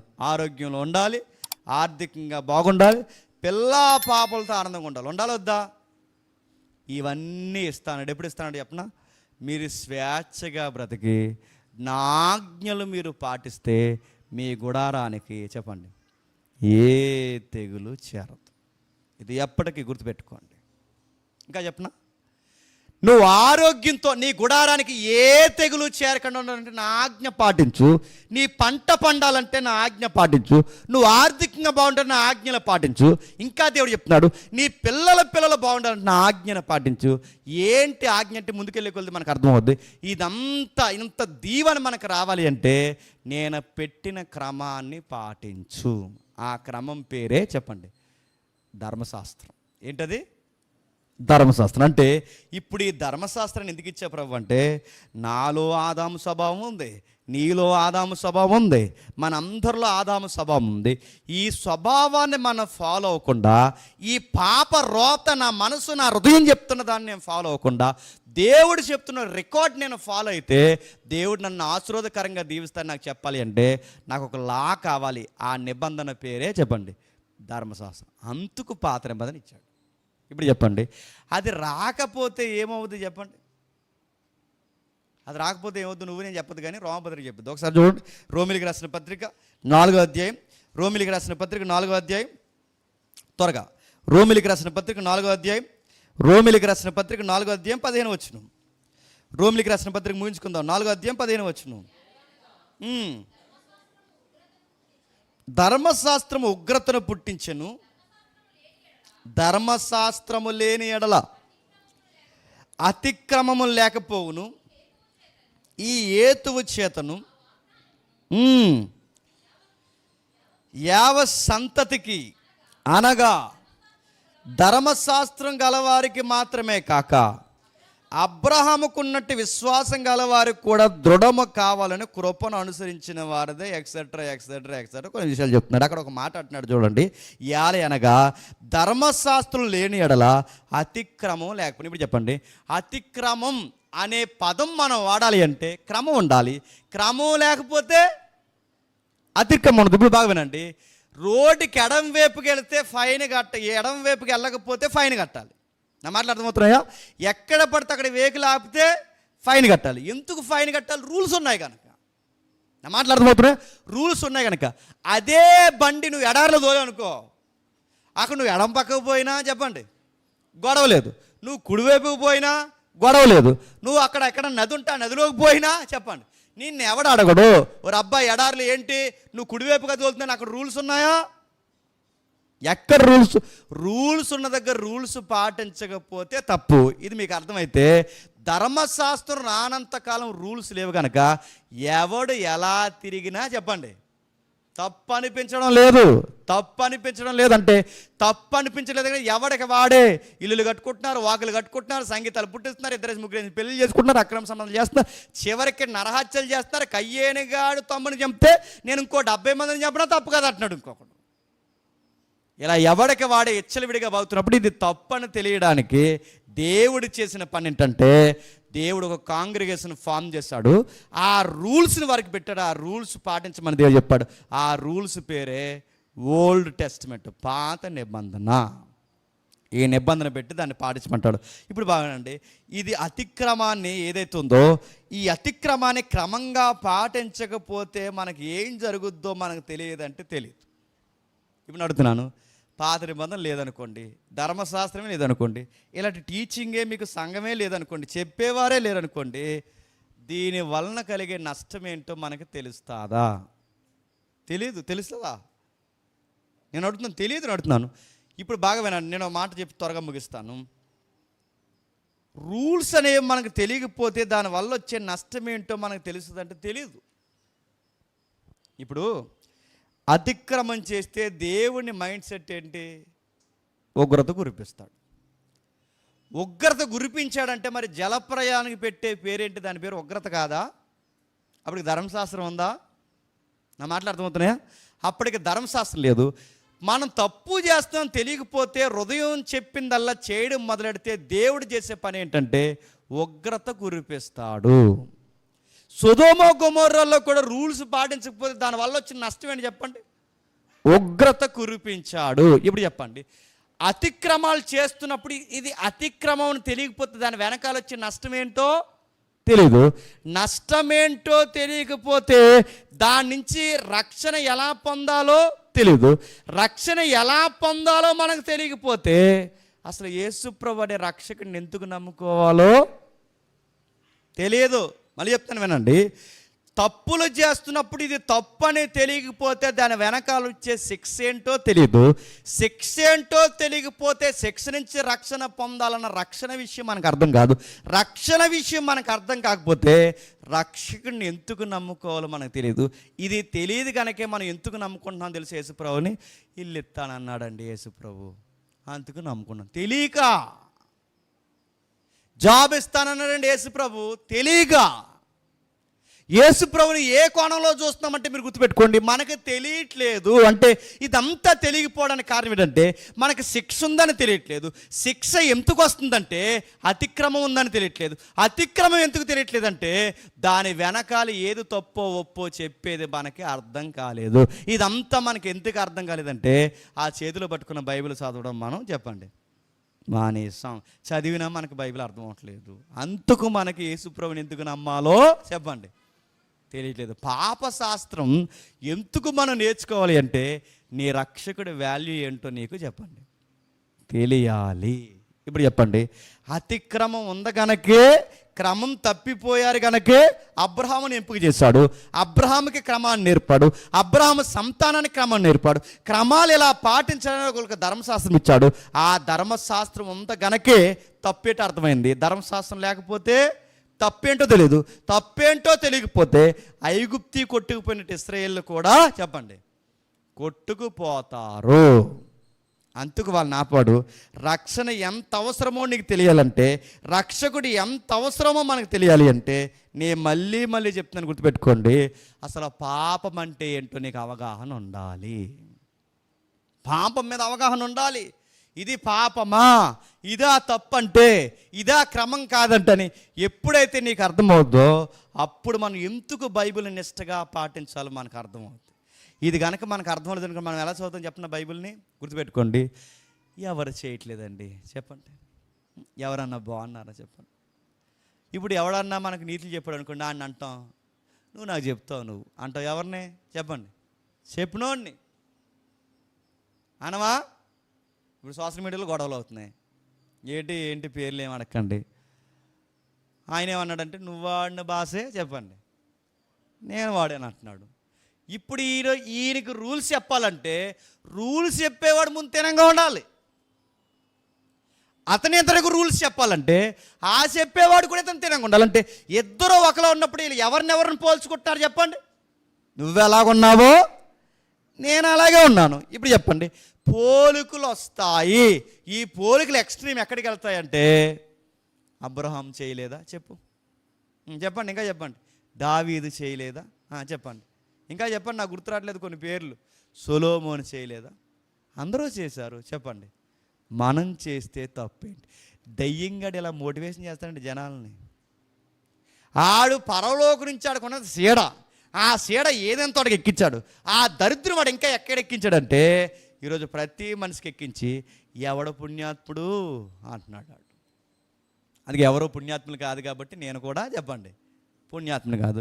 మీరు ఎదవలు కాబట్టి నేను కూడా చెప్పండి యాదవని. ఇప్పుడు చెప్పండి, ఒరే నువ్వు పోల్చుకోవాల్సింది ఆడిని కాదు, నువ్వు పోల్చుకోవాల్సింది ఈయన్ని కాదు, నువ్వు పోల్చుకోవాల్సింది ఎవడనే కాదు, నిన్ను పోల్చేది ఒకటి ఉంది. దాని పేరు ధర్మశాస్త్రం, దాని పేరు బైబిలు. ఆ బైబిల్కి ఆ పోలిక ఎలా వచ్చిందంటే, ఆ ధర్మశాస్త్రం అబద్ధం ఆడొద్దు, దొంగతనం చేయొద్దు, వ్యభిచారం చేయొద్దు, ఇలాంటివన్నీ చేయొద్దని ఆ బైబిల్కి ఆ నైతికత ఎలా వచ్చిందంటే, ఆ బైబిల్కున్న పోలిక ఎవరి పోలికో తెలుసా? అది దేవుని పోలిక, దేవుని స్వరూపం. ధర్మశాస్త్రం యథార్థమైందని చదువుకుంటున్నామంటే యథార్థత ధర్మశాస్త్రానికి ఎలా వచ్చింది? అది దేవుని పోలిక. ధర్మశాస్త్రం నీతి కలిగిందని చదువుకుంటున్నామంటే వాక్యానికి ఆ నీతి ఎలా వచ్చింది? ఆ వాక్యం దేవుడిది కనుక ఆ నీతి దేవునిది. గుర్తుపెట్టుకోండి. అబద్ధం ఆడొద్దని ధర్మశాస్త్రం చెప్తుందంటే అబద్ధం ఆడని స్వభావం ఎవరు చెప్పండి? దేవుడిది. ఇవన్నీ మీకు అర్థమైతే ఇప్పుడు దేవుని పోలిక, దేవుని స్వరూపం ఎవరికి వచ్చిందో తెలుసా? వాక్యంలో కనబడుతుంది. ఇప్పుడు అది మనం ఫాలో అవ్వాలి. ఇప్పుడు దాన్ని మనం ఫాలో అవ్వాలి. ఆ వాక్యాన్ని మనం ఎప్పుడైతే ఫాలో అవుతామో మనకు అర్థం అవుద్ది ఏమనంటే, నేను అస్సలు బాగలేదని. ఆ ధర్మశాస్త్రం ఎప్పుడైతే పాటిస్తానో అబద్ధం ఆడకుండా ఉండలేకపోతాను, దొంగతనం చేయకుండా ఉండలేకపోతాను, వ్యభిచారం చీకటి పనులు చేయకుండా ఉండలేకపోతాను. ఎందుకు ఉండలేకపోతున్నానంటే ఇది పాటించాలన్న మనసు నాకు రావట్లేదు. ఎందుకు ఈ మనసు రావట్లేదంటే నాలో ఇంకా ఒక పోలిక రన్ అవుతుంది. ఆ పోలిక ఎవరు చెప్పండి? ఆదాము వాళ్ళది. ఇప్పుడు ఆ పోలిక పోయి ఈ పోలిక రావాలి అంటే నువ్వు ఖచ్చితంగా ఏం పాటించాలి చెప్పు? వాక్యాన్ని పాటించాలి. వాక్యాన్ని ఎందుకు ఇచ్చే ప్రభు అంటే నిన్ను నన్ను స్కాన్ చేయడానికి ఇచ్చాడు. గుర్తుపెట్టుకోండి. ఒరే మీరు పాపులు రా అని చెప్తే వింటారు ఎవడైనా? నేను ఎప్పుడు చెప్పే జోకే చెప్తున్నానండి. మీరు పాపులు రా అని చెప్తే ఎవడైనా వింటాడా? ఇక నిలబడి ప్రార్థన చేసంటే ఎవడో అక్కడ చెప్పాను జోక్, మళ్ళీ మీకు చెప్తానండి. నిలబడి ప్రార్థన చేసంట ఆడు ప్రార్థనలో ఏదో తగ్గింపు ప్రార్థనలు చేస్తారు చాలామంది. ఇలా తగ్గించుకున్నట్టు, ప్రభువా పురుగును ప్రభువా, ధూళిని ప్రభువా, దొంగను ప్రభువా, అబద్ధికును ప్రభు అంటే ఈ గుంపు ప్రార్థనలో పక్కడు అన్నాడట. పురుగుని అనగానే ఆడు ఏకీవిస్తూ ఆ గొలుసు ప్రార్థనలో అవును ప్రభువా అన్నాడు. ఇలా చూశాడాడు. సర్లే ఏదో అంటున్నాడు లేడు. మళ్ళీ దొంగను ప్రభువా అనగానే ఆడు అన్నాడట అవును ప్రభువా అన్నాడు. వ్యభిచారిని ప్రభు అనగానే ఆడు గట్టిగా అవును ప్రభు అనగానే నువ్వు చూసావురా అని అడిగాడు.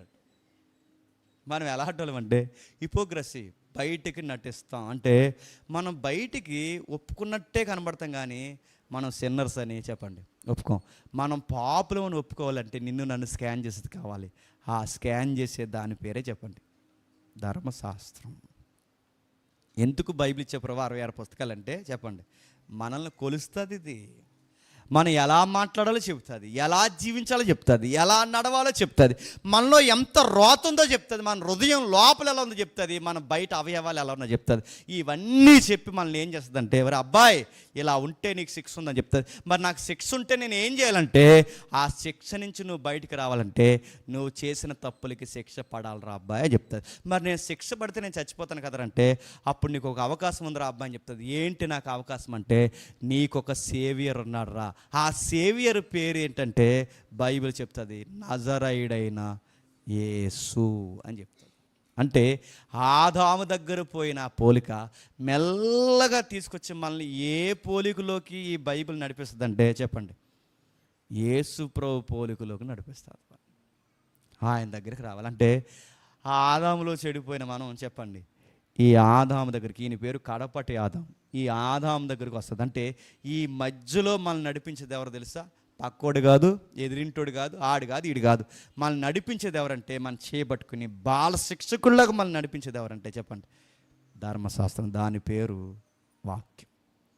వాక్యాన్ని ఎందుకు ఇచ్చాడంటే వాక్యంలో ఎవరిని చూపిస్తుంది? ప్రభు అయిన యేసుక్రీస్తు వారిని ఎక్స్పోజ్ చేస్తుంది. ఒక్క మాట చెప్పి నేను ముగిస్తాను. దావీదు తప్పు చేశాడా? చేశాడు లేదా? దావీదు స్టోరీలు చెప్తున్నాను, దావీదు యొక్క జీవిత చరిత్ర చెప్తాను. వీలైతే సాయంకాలం కూడా వినండి. మనం ఎక్స్పెక్ట్ చేయని విషయాలు కూడా దావీదు లైఫ్లో ఉన్నాయి. బహుశా ఎవరు చదవరు, వాడు జోలికి పోరు. నేను మొన్న నైట్ ప్రిపేర్ అవుతున్నప్పుడు దావీదు ఒక మాట అంటాడు, నా శైలమా నా కోట అని. ఎందుకు ఆ మాటలు అన్నాడు? నిజంగా ఇవన్నీ బైబిల్లో ఎందుకు రాయబడ్డాయో దాని డీప్ స్టడీలు చేయకే చాలా విషయాలు పై చదువుకుంటూ వెళ్ళిపోయారు.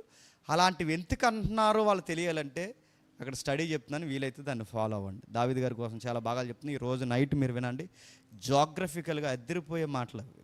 సరే, దావీదు గారు తప్పు చేశారు. తప్పు చేసినప్పుడు దావీదు గారు తప్పు చేసినప్పుడు ఎవరికి వ్యతిరేకంగా తప్పు చేశారండి? ఉరియాక, బెత్షెబాక? దావీదు తప్పు చేసినప్పుడు ఉరియా చచ్చిపోయాడు. దావీదు తప్పు చేసినప్పుడు సైనికులు చచ్చిపోయారు. దావీదు తప్పు చేసినప్పుడు మానసిక శారీరకంగా బెత్షెబా చచ్చిపోయింది. చాలామంది తప్పు చేశారంటే ఉరియాకి వ్యతిరేకంగా పాపం చేశాడు లేదా? ఎవరు? దావీదు. సైనికులు ప్రాణాలకు వ్యతిరేకంగా పాపం చేశాడు లేదా? దావీదు చేశాడు. ఉరియా ఎవరైతే ఉన్నారో బెత్షెబాకి వ్యతిరేకంగా పాపం చేశాడు. కానీ ఇంతమందికి వ్యతిరేకంగా పాపం చేస్తే దావీదుకు ఉరియాకి వ్యతిరేకంగా పాపం చేస్తున్న దావీదుకి పాపం అనిపించలేదు. బెత్షెబాకి వ్యతిరేకంగా పాపం చేస్తున్న పాపం అనిపించలేదు. సైనికులకి వ్యతిరేకంగా వాళ్ళ ప్రాణాలకు వ్యతిరేకంగా పాపం చేస్తున్న పాపం అనిపించలేదు. దావీదుకి పాపం అని ఎప్పుడు అనిపించిందంట? 51వ కీర్తన 4వ వచనంలో ఒక మాట అంటాడు, నీకు వ్యతిరేకంగా పాపం చేశాను తెలిసినప్పుడు పాపం అంటే ఏంటో నాకు అర్థమయ్యింది. నా మాటలు అర్థమవుతున్నాయా? యోసేపుని ఆంటీ చాలా టెంప్ట్ చేస్తుంది తెలుసుగా. యోసేపు గారు అనే మాట ఏంటి చెప్పిన, నేను దేవునికి వ్యతిరేకంగా నేను ఎలా పాపం చేయగలను అంటే, సిన్ ఎప్పుడు చేయలేము చెప్పిన, పక్కోడితో పోల్చుకుంటే చేస్తాం, ఆడితో పోల్చుకుంటే చేస్తాం, అందరు అలాగ ఉన్నారు అనుకుంటే చేస్తాం. కానీ నేను చూడాల్సింది వీరిని కాదు. చెప్పండి, నేను దేవుణ్ణి ఎప్పుడైతే చూస్తున్నానో దేవునికి వ్యతిరేకంగా నేను పాపం ఎలా చేయను. దేవునికి వ్యతిరేకంగా అంటే ఏంటి? ఆయనలో పవిత్రత ఉన్నప్పుడు నాలో ఒక అపవిత్రత ఎలా వస్తుంది? ఆయనలో అబద్ధాలు లేనప్పుడు నాలో ఒక అబద్ధాలు ఎలా వస్తున్నాయి? అందుకే దావీదు ఏమంటాడంటే, కేవలం నేను బెత్షెబాకు కాదు, ఉరియాకు కాదు, సైనికులకు కాదు, రాజ్యానికి కాదు, నేను ఎవరికీ కాదు వ్యతిరేకంగా పాపం చేసింది. ఎవరికి వ్యతిరేకంగా పాపం చేశానంటే చెప్పు, దేవా నీకే వ్యతిరేకంగా పాపం చేశాను, నీకే వ్యతిరేకంగా పాపం చేసిన దావీదుకి ఎప్పుడు అర్థమైంది చెప్పండి? నాతాను ప్రవక్త వచ్చి, అబ్బాయ్ ధర్మశాస్త్రంలో ఎలా ఉంది, ఆ ధర్మశాస్త్రాన్ని అతిక్రమించావు, నువ్వు క్రమం వదిలేసావని ధర్మశాస్త్రం తెచ్చి కొలిస్తే కానీ నేను దేవునికి వ్యతిరేకంగా ఉన్నానని ఆ మనిషికి అర్థమైందా? అందుకే గుర్తుపెట్టుకోండి, వాక్యము కీలల్లోనికి, మూలుగుల్లోనికి, హృదయాల్లోనికి, మనసులోనికి దూరతదని ఎందుకంటారంటే, ఆ వాక్యంలో దేవుని శక్తి ఉంది, దేవుని మనసు ఉంది, దేవుని పోలుకుంది. అది ఎవరుస్తుంటే మన గుండెలను గుద్దుతాది. అందులో ఎవరు ఎక్స్పోజ్ అవుతారంటే, జేమ్స్ గడ్ ఎక్స్పోజ్ అవడు, సురేష్ ఎక్స్పోజ్ అవడు, వీళ్ళు ఎవరు ఎక్స్పోజ్ అవరు. వాక్యాన్ని ఎవరిస్తుంటే ఎవరు మన ముందు ఎక్స్పోజ్ అవుతారు తెలుసా? దేవుడు ఎక్స్పోజ్ అవుతాడు. దేవుడు ఎప్పుడైతే నా దగ్గరకు వచ్చాడో నాకు అర్థమవుద్ది, ప్రభువా నేను పాపిని, నీ ఎదుటి నేను ఉండలేను, నా పెదాలు అపవిత్రమైనవి, నా నేత్రాలు అపవిత్రమైనవి, పాపిని, ఇప్పుడు నన్ను ఏం చేయమంటావంటే, నా ఎదుటి నా వెలుగులో నువ్వు నిలబడలేకపోతున్నా కనుక, నా ఎదుటి నువ్వు నిలబడలే కనుక నేనే నీ ఎదురుకు వస్తున్నాను, నిన్ను రక్షించడానికి నన్ను నేను తగ్గించుకుంటున్నా అన్నాడు. ఆ తగ్గింపు పేరే నజరేయుడైన యేసు. గుర్తుపెట్టుకో, యేసు ప్రభువుని ఎందుకు నమ్మాలంటే, నా పరిస్థితి ఏంటో నాకు అర్థం కాలేనప్పుడు నా పరిస్థితి ఏంటో నన్ను అర్థం చేసుకున్న ఒకే ఒక వ్యక్తి చెప్పండి, ప్రభు అయిన యేసుక్రీస్తు. నేనేంటో నాకు అర్థం కానంతగా నేను ఎలాగెలా కూరుకుపోయానంటే, నా తల్లిదండ్రుల ఆదామవ్వల స్వభావం నాకు వచ్చింది. వాళ్ళు ఎంత నష్టపోయారో వాళ్ళకి అర్థం అవ్వలేదు, నేనెంత నష్టపోతానో నాకు అర్థం అవ్వట్లేదు, నేను ఎంత నష్టంలోనో ఎంత శిక్షలోనో నాకు అర్థం కావట్లేదు. కనుక నన్ను నేను అర్థం చేసుకోలేని టైంలో నన్ను అర్థం చేసుకోవడానికి భూమి మీదకి వచ్చిన దైవమే చెప్పండి, ప్రభు అయిన యేసుక్రీస్తు. ఇది బైబిల్ కంటెంట్, ఇది బైబిల్ థీమ్. బైబిల్ మనకి ఇలాకాలో బతుకుతున్న మనందరికీ చెబుతున్న ఒక గుడ్ న్యూస్, గుడ్ మెసేజ్. ఇది గుర్తుపెట్టుకుని, అదే గాస్పల్, ఇది సువార్త. ఈ పాపశాస్త్రాన్ని నేర్చుకుంటే ఏం తెలుస్తుందంటే, దేవుని పవిత్రత ఏంటో అర్థమవుద్ది, నా అపవిత్రత ఏంటో అర్థమవుద్ది. దేవుని గురించి మనం నేర్చుకుంటే, దేవుని యొక్క ధర్మశాస్త్రంలోంచి పాపశాస్త్రం అంటే ఏంటి నేర్చుకుంటే ఏమర్థమవుద్దంటే, నాకు ఎంత ఉగ్రత ఉందో నాకు అర్థమవుద్ది. ఎంత ఉగ్రత ఉందో నాకు అర్థమవుతే యేసు ప్రభుని ఎంత గౌరవించాలో చెప్పండి నాకు అర్థమవుద్ది. యేసు ప్రభుతో ఎటకారంగా మాట్లాడను, యేసు ప్రభు దగ్గర ఎటకారం ప్రార్థన చేయను, యేసు ప్రభుతో అంత ఎటకారంగా డీల్ చేసే యాటిట్యూడ్ నేను చూపిస్తున్నాను. యేసు ప్రభుతో నేను సీరియస్గా ఎప్పుడు ట్రావెల్ చేస్తానంటే, నా మూలాలు ఏంటో నాకు అర్థం అవ్వాలి. నా మూలాలు ఏంటో నాకు అర్థం అవ్వాలంటే, ఈ 2వ వారం కూడా నేను జ్ఞాపకం చేస్తున్నాను, డాక్ట్రిన్ ఆఫ్ సిన్, పాప సిద్ధాంతము, పాప శాస్త్రం అంటే ఏంటో మనకి తెలియాలి. పాపం అంటే ఈ లోకానికి తెలియదంటే తెలీదు. మధ్యకాలంలో నిర్భయ కేసుని ముగిస్తాను, నెక్స్ట్ వీక్ చెప్తాను, ఇది పేర్లతో సహా. నిర్భయ కేసు ఉంది కదా, ఆ టైంలో జడ్జిమెంట్ ఇచ్చారు, గుర్తుంది, ఆయన పేరు శ్రావణ్ గారు, ఏదో గుర్తులేదు నాకు సరిగ్గా. ఆ జడ్జి గారు ఇచ్చిన స్టేట్మెంట్ ఏమంటారంటే, ఆయన ఆ జడ్జిమెంట్ ఇస్తున్నప్పుడు, ఆ జడ్జిమెంట్ రివీల్ చేస్తున్నప్పుడు ఆయన ముద్దాయిని చూసి ఒక మాట అంటాడు, అది రికార్డ్ చేస్తారు, ఎప్పటికీ మీకు సోషల్ మీడియాలో తిరుగుతుంది. ఆ సుప్రీంకోర్టు జడ్జి ఇలా అంటాడు, అసలు వీళ్ళ మనుషులేనా అన్నాడు. అసలు వీళ్ళు ఈ గ్రహానికి సంబంధించిన వాళ్ళేనా, వీళ్ళ మనుషులేనా అన్నాడంటే, సుప్రీంకోర్టు జడ్జి నోటంటే వచ్చిన మాట ఏంటంటే వీళ్ళ మనుషులేనా అంటున్నాడంటే, ఆయనకు అర్థం కాని మాట ఏంటంటే, మనుషులు ఎలా కూడా ఉంటారంటే, మనుషులు ఎలాగెందుకుంటున్నారు, దేవుని పోలిక, చెప్పండి, దేవుని స్వరూపం పోయింది. వీళ్ళు ఈ గ్రహానికి సంబంధించిన వారంటే, ఈ గ్రహానికి సంబంధించిన వారే, ఈ గ్రహానికి సంబంధించిన వారైనా వీళ్ళు ఎందుకు ఎలా తయారయ్యారు, దేవుని పోలిక, చెప్పండి, దేవుని స్వరూపం. అందుకే సుప్రీంకోర్టు కూడా డెఫినేషన్ ఎలా ఇవ్వాలో అర్థం అవట్లేదు. అసలు ఇలా మనుషులేనంటే, మరి మనుషులు కాకపోతే ఎవరాళ్ళు, వాళ్ళ మనుషులే. మరి మనుషులైన వారికి వీళ్ళకి ఇలాంటి బుద్ధులు ఎలా వచ్చాయంటే, పోలిక పోయింది. దేవుని పోలికపోతే ఆ నిర్భయాన్ని ఏం చేస్తారు చెప్పండి, వాళ్ళ కసి తీరక, ఈ మాటలు ఉపయోగిస్తాను ఎందుకంటే చట్టంలో ఉన్న పదాలే, వాళ్ళ కసి తీరక తన మానవులోనికి ఇనప రాడ్లు గుచ్చేశారు. తన కసి తీరక నిర్భయాన్ని ఏం చేస్తారు చెప్పండి, వెళుతున్న బస్సులో నుంచి గెంటేసి ఆ అమ్మాయి మీదకి మళ్ళీ బస్సు ఎక్కించేసి మళ్ళీ వెనక్కి వచ్చి బస్సు ఎక్కించేశారంటే, సుప్రీంకోర్టు జడ్జి అన్నారు, ఇలా మనుషులేనా, ఎదుటోళ్ళని ఈజీగా ఎలా నరుగుతున్నారు, వాళ్ళ మనుషులేనా, ఎదుటోళ్ళని ఈజీగా ఎలా కప్పెట్టేస్తున్నారు, వాళ్ళ మనుషులేనా. ఆ పిల్ల ఎవరు ఉందో, ఆ పిల్ల ఆ పైకి కొండ మీద తీసుకెళ్ళి అక్కడి నుంచి లవ్ చేసి, పుట్టినరోజు చేసి, కేకులు ఇచ్చి, 10 కోట్లు డబ్బు ఇచ్చి, అడిగినందుకు అకౌంట్లో ₹1,00,00,000 వేస్తే పైకి నమ్ముతూ మాట్లాడుతూ అగ్ చేసుకుంటానని చెప్పి అక్కడి నుంచి వెనక్కాన్ని గెంటేసిందంటే, ఆ మనిషేనా.